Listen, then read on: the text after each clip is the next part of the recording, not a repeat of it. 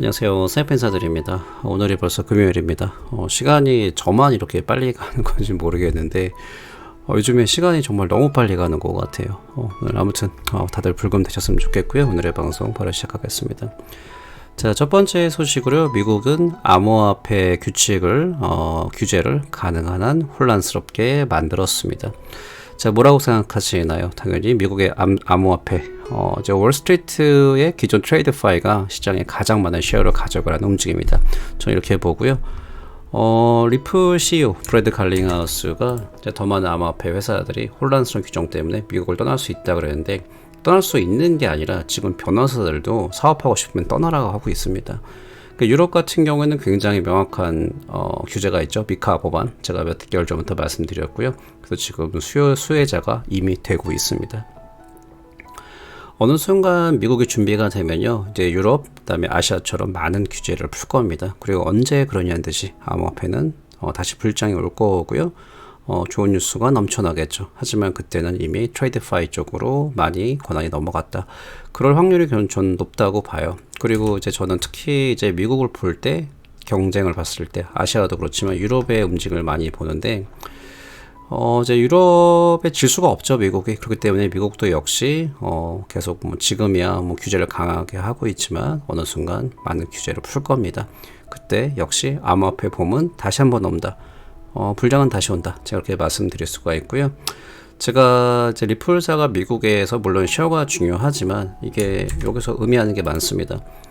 리플 고객이 95%가 미국 밖에 있고, 근데 리플의 채용도 역시 미국에서 이루어질 것이다. 실제로 홈페이지에 가면은 계속 사람 뽑고 있죠. 하락장에서 일하고 있냐 안 하고 있냐 굉장히 중요한 포인트인데 사람을 항상 뽑고 있습니다. 그리고 이것도 말씀드릴 건데, 지금 스위스의 메타콜 인수를 했고요. 현금으로 2,500만 달러로 냈습니다. 바로 현금으로 냈습니다. 돈이 얼마나 많은지. 2,500만 달러. 어마어마하죠. 조금 더 얘기를 말씀드리면은, 그 디지털 자산 커스터디 메타코 3,300억에 인수를 했고요. 그러니까 이게 굉장히 중요한 포인트인데, 전통 금융기관의 이상적인 파트너. 왜냐면은 메타코가 그동안에 기관들을 상대를 했었고, 이제 그걸 보고 리플사가 이거를 이제 현금을 주고 매수를 한 거죠. 3,300억을 주고. 가장 중요한 게 최상의 서비스로 증가하는 기관 수요에 대응해 나갈 것. 요게 포인트죠. 요게 진짜 핵심 포인트인데, 메타코가 일단 스위스입니다. 스위스 하는 순간 저는 이제 바로 좋아할 수밖에 없는 게 가장 암호화폐 친화적인 나라이고 실제로 굉장히 많이 발전되어 있고, 또 스위스라는 나라 자체가 돈 냄새를 많이 맡죠. 스위스 은행 생각하시면 더 이상 말씀드릴 것도 없을 것 같고요. 기관 수요에 대응하는데 이게 망하는 회사는 이런 생각을 아예 자체 못해요. 그러니까 지금 발전을 계속을 하고 있고 더 큰 야망이 있기 때문에 이런 움직임을 보여주는데요. 지금 더 중요한 거는 현재 암호화폐 회사 중에서 이런 움직임을 가지는 거는 리플이 거의 유리합니다. 굉장히 공격적이죠. 그리고 예전에 말씀드렸지만 기관들이 한번 거래하는 트랜잭션의 양이 일반 투자자들보다 상대도 않게 많습니다. 예를 들면 거의 코끼리 대 개미급이다. 이 정도로 볼 정도로 해도 이제 무방하다 말씀드리고요. 거래량이 한 번 할 때 어마무시하니까요. 상당히 좋은 호재인데 문제는 가격이죠.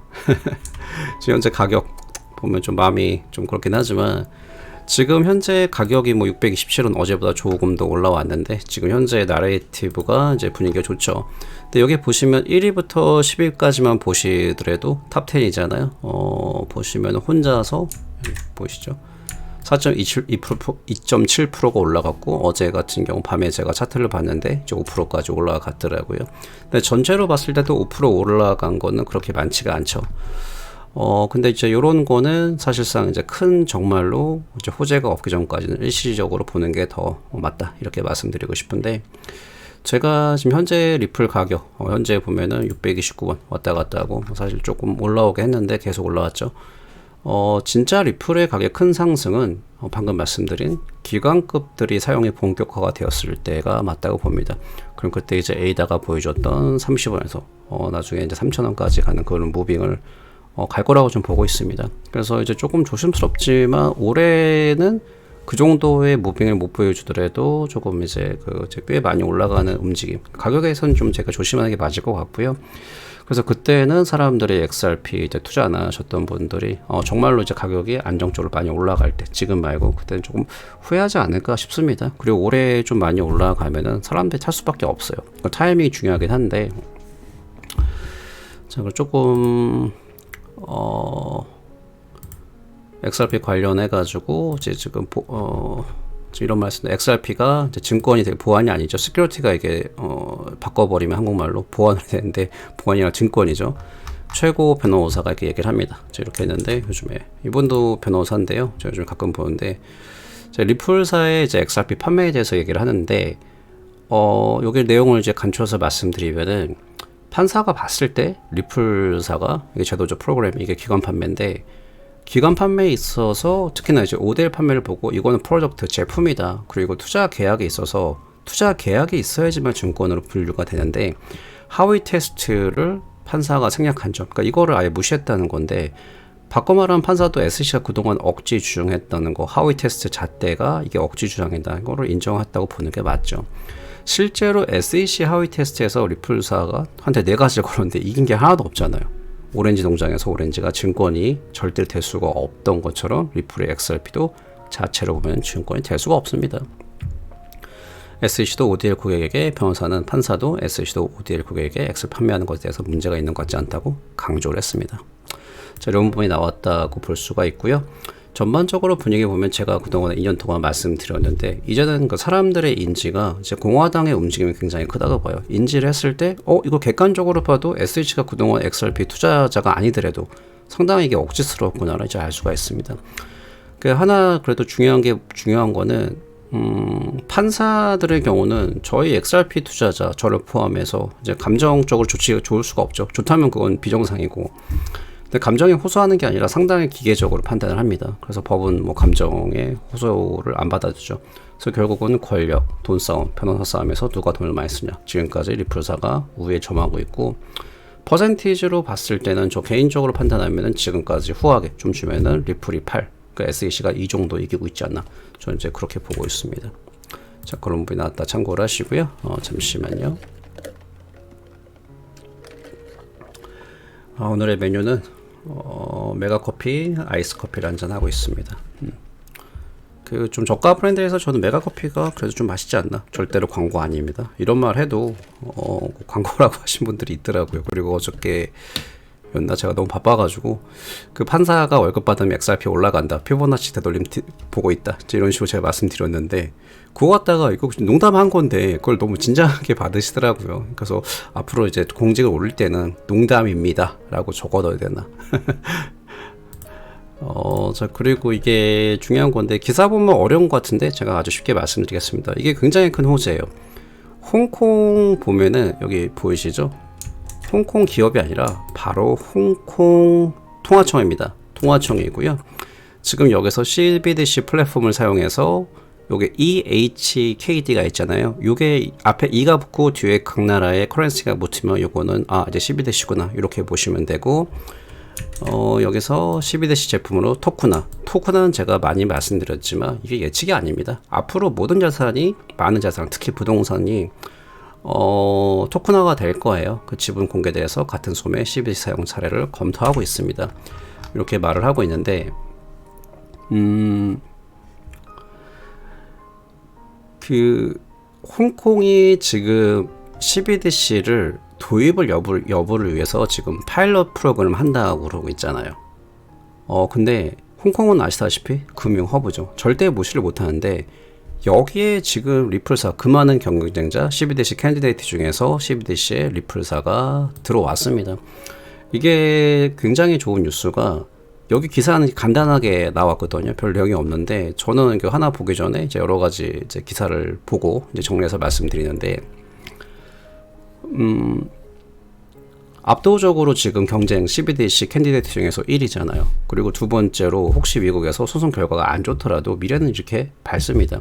그 XRP 활용도 역시 계속 활용이 되고 있고, XRP 가치가 올라가고, XRP 가치가 올라가면은 XRP 투자자들 역시 이득을 봅니다. 그리고 여기서는 이렇게 나와 있지만, 지금 이게 홍콩에서만 되는 게 아니라 중국의 그 국영은행, 건설은행, 산업은행, 그다음에 HSBC, SEC은행까지 다 지금 파일럿 테스트를 하고 있어요. 이게 무슨 말이냐? 굉장히 시리어스 그냥 말로는 파일럿인데 진전이 꽤 많이 되지 않았나? 저는 그렇게 생각이 됩니다. 그래서 더 좋았던 거는 경쟁자가 그렇게 많은데 지금 리플사가 이렇게 압도적으로 잘하고 있구나. 이렇게 이런 부분 말씀드리고 싶었습니다. 그래서 제가 가끔 말씀드렸었는데 XRP의 1,000원 미만의 가격 이제 조금 물리실 수도 있겠죠. 근데 그 가격은 미리 좀 미래에 보면은 큰 의미가 없지 않나. 그래서 저는 1,000원 미만의 XRP는 상당히 저평가되어 있다. 제가 또 반복해서 말씀드립니다. 나중에 제가 이 영상을 찍어가지고 이거를 다시 스크린샷 해가지고 불장 때라든지 가격이 많이 올라갔을 때 그때 이거를 찍어서 제가 이런 말 하는데 뭐 했습니까? 이러면 좀 웃기지 않을까요?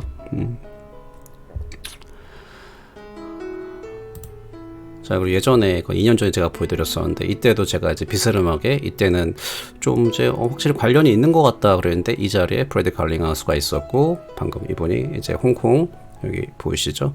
홍콩의 이제 관계자 높은 사람 사우디아라비아 IMF 이쪽 다 연결돼 있다. 이때는 음모론 비스름하지 않지만 조금 이제 이분이죠. 죄송합니다. 크리스틴 얼르가드 IMF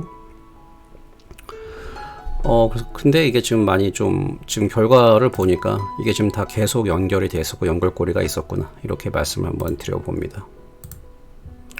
자, 그리고 두 번째 또 호재가 이제 리플 중앙은행 여기 내용을 보시면은 이제 리플 중앙은행 12-10 발행 플랫폼을 가동을 했는데 이거를 가장 심플하게 직관적으로 제가 말씀을 드려보면은 예를 들어서 한국은행이 12-10 발행하고 싶은데 그러니까 지금 리플사가 개발하고 있는 이 플랫폼 안에 들어와서 그러니까 뭐 한국 돈으로 1,000억을 찍어내고 싶다. 그러면은 인플레이션 계산도 하고 여러 가지 계산을 통해서 상당히 간단하게 말도 안 되게 쉽게 12-10 발행해서 찍을 수가 있는 건데 이 중심의 플랫폼을 리플사가 만들었다는 게 굉장히 큰 의미입니다.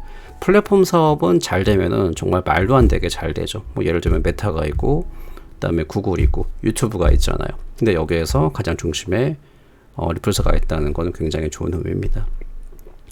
결국 XRP가 CBDC 전원 옵션으로 사용될 가능성도 있고 예전에는 경쟁자가 많은데 이제는 경쟁자보다는 상당히 리플사가 앞서 있다. 이렇게 볼 수가 있고요. 상당히 좋은 뉴스이기 때문에 제가 지금 공유를 해드리고 있습니다.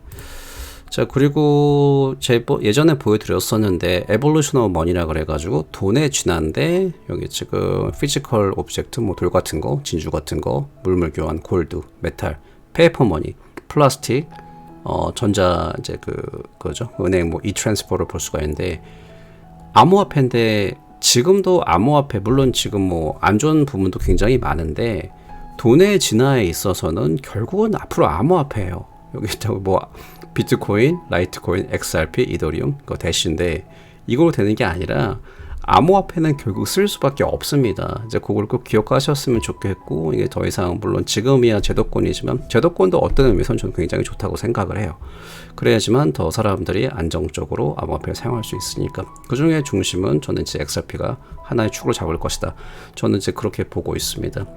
당연히 지금보다는 훨씬 더 높은 가격 상태. 그리고 이제 큰 인플레이션 없이 스테이블한 가격으로 쓰이게 될 거라 저는 그렇게 보고요. 다른 말로 지금 이제 XRP 가격의 플럭추에이션이 많지만 결국은 돈처럼 쓰일 거라고 생각하기 때문에 저는 큰 걱정 없이 항상 제가 말씀드린 것처럼 30%는 다른 코인과 마찬가지로 스윙 트레이드 하지만 70%는 저는 계속 가져간다. 이거는 개인적인 주관입니다. 자, 이런 거를 제가 말씀드려보고요. 또 이제 마지막으로 가격에 있어서 암호화폐 지금 많은 경우 가격이 오르는 거는 두 가지. 군중 심리, 그다음에 시장의 타이밍입니다. 매우 중요하고요. 제 주관적인 생각인데 오늘 마무리를 하자면은 리플의 가격은 이제 아시는 분은 아시겠지만 정말 오랫동안 눌렸고 또 눌렸고 전고의 반밖에 못 갔었고 근데 요즘에 분위기 빌드업 되는 거 보면은 괜찮습니다. 그래서 지금 단기간에 뭐 어떻게 된다 저는 그렇게 될 것 같지 않아요. 뭐 한 달 뭐 이렇게. 근데 어느 순간 탄력이 받으면은 상상했던 거 그 이상으로 올라가지 않을까. 그리고 이제 XRP 가격 펌핑을 받았을 때 투기적인 가치로 올라갈 때 타이밍을 그동안 이제 역사적인 그 데이터를 보면은 짧게는 2, 3주 뭐 한 달 이번에도 비슷하게 갈 것 같다는 생각이 듭니다. 그래서 XRP를 투자가 본인이랑 이게 너무 안 맞는다. 뭐 이제 올라가는 것도 않고 난 잘 모르겠다. 이제 그러신 분들이 있다면은 표현이 맞는지 모르겠어요. 근데 탈출 구간은 있을 거라고 좀 보고 있습니다. 그러니까 사실 뭐 가장 중요한 게 투자에 있어서 본전 심리죠. 그건 뭐 충분히 이해하고요. 그냥 뭐 이런 부분 그래도 이제 좀 마음 이제 별로 안 좋으신 분도 있으니까 제가 말씀드려 봅니다. 자, 불금입니다. 저는 이제 어깨 거의 나와가지고 마지막 도수 치료가 될 것 같은데 지겹지만 받아야 될 것 같습니다. 다들 즐거운 주말 되시고요. 아마도 내일은 잘 모르겠고 다음 주 주중에 또 방송으로 찾아뵙는 걸로 하겠습니다. 감사합니다.